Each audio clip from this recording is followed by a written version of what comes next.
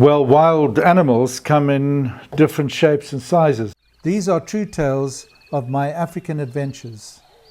May this inspire you, deter you, caution you, and above all, entertain you. Some domestic animals are wild animals too, believe me. So a most unusual thing happened to me one day. Now, I was off on the Cape Flats, heading down the west coast, and it's a pretty remote area. A lot of the west coast, South Africa, is pretty remote. It's flat, a lot of it is flat, and there's a lot of fynbos, and if there's no fynbos, you get Port Jackson trees and what we call a rooikrans tree. They're both Australian, but they do very well in the Cape, and they ended up here at some stage, and they thrive. Now, boomslang, tree snakes, which I've discussed before, which are the most venomous snakes drop for drop than any other snake in Africa. They have a venom which is so potent that a microscopic amount will kill you. You cannot see the amount of venom that can kill you, but you will die unless you get specific boomslang antivenom. But we never feared these snakes because, well, they hardly ever try to bite. They're very good-natured. I don't know if it's good-natured or if they just don't know what their biting apparatus is for. But they hardly ever try to bite. You get mean ones, and boy, do those try their very best to bite you, so watch out. Anyway, there was something else I had to watch out for on this particular day. Now, on these flattened areas full of these trees, the boomslang like the rooikrans tree the best, especially in mating season. You'll find several sometimes in a rooikrans tree. And I've also found a human skull under a rooikrans tree once. I don't think a boomslang caused his demise, but people would, when they murder in South Africa, they dump bodies in remote areas. So we guess this could have been a murder. We did take the skull in one of our bags to the police. Never heard from them again. Anyway, there I was, walking through, looking into each rooikrans tree, one after the other, and just enjoying a very quiet time. I was by myself.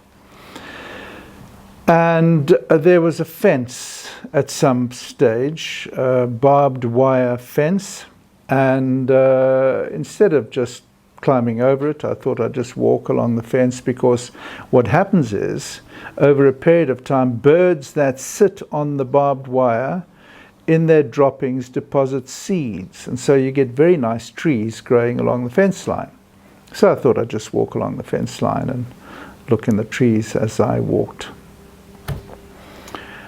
And suddenly I was brought to my toes very quickly by the sound of something really fierce and heavy just in front of me, and I looked up and there was a Jersey bull. Now, I don't know if any of you have had anything to do with Jersey bulls, but this was a very, very big brown Jersey bull, muscular as anything, and it was as mad as a cat, head down, tossing its head, scraping the ground, snorting, and making little advances towards me like a little rush to the fence. But he knew the fence was there, so he couldn't go through the fence.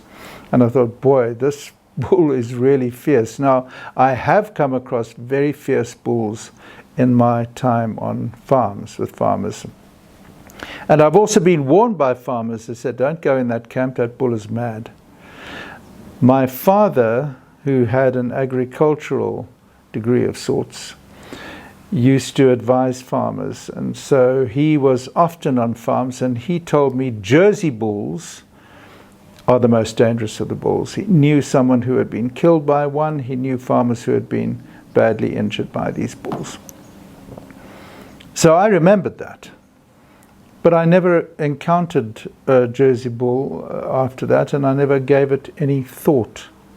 until this very moment. And I thought, my, I'm sure that is a Jersey bull. It looks like a Jersey bull. And it's as mad as a cat. And it looks like a big, old, tough, strong bull. And apparently when they get older, they get meaner. Hey, so I thought I'd just walk along the fence and he'd perhaps lose interest in me and back off. I could see he wouldn't come through the fence at me because all cattle are used to fences and they don't really go through them.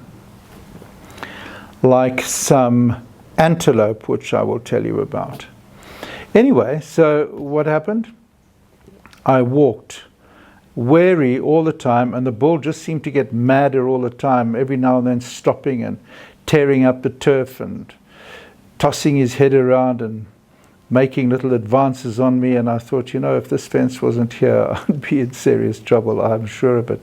So I kept walking and kept walking and kept walking. And the strangest thing happened. There was no fence anymore. The fence came to an end. It just stopped, and I hadn't noticed, and I'd probably walked about 20 or 30 or 40 feet.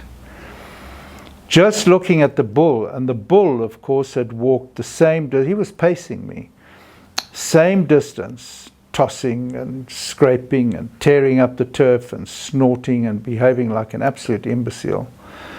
And he hadn't noticed that the fence had ended, and suddenly I just went cold. I went absolutely cold, and I thought, oh, this bull is right in front of me. Now all he has to do is run and I'm done. He'll hit me. Right in 2 seconds, I've had it.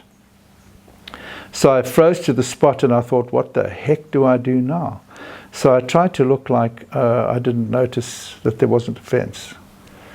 I don't know bull psychology, so I don't know if that worked or not. Anyway, I kind of looked like I wasn't noticing anything. I tried to not look like I just got the fright of my life.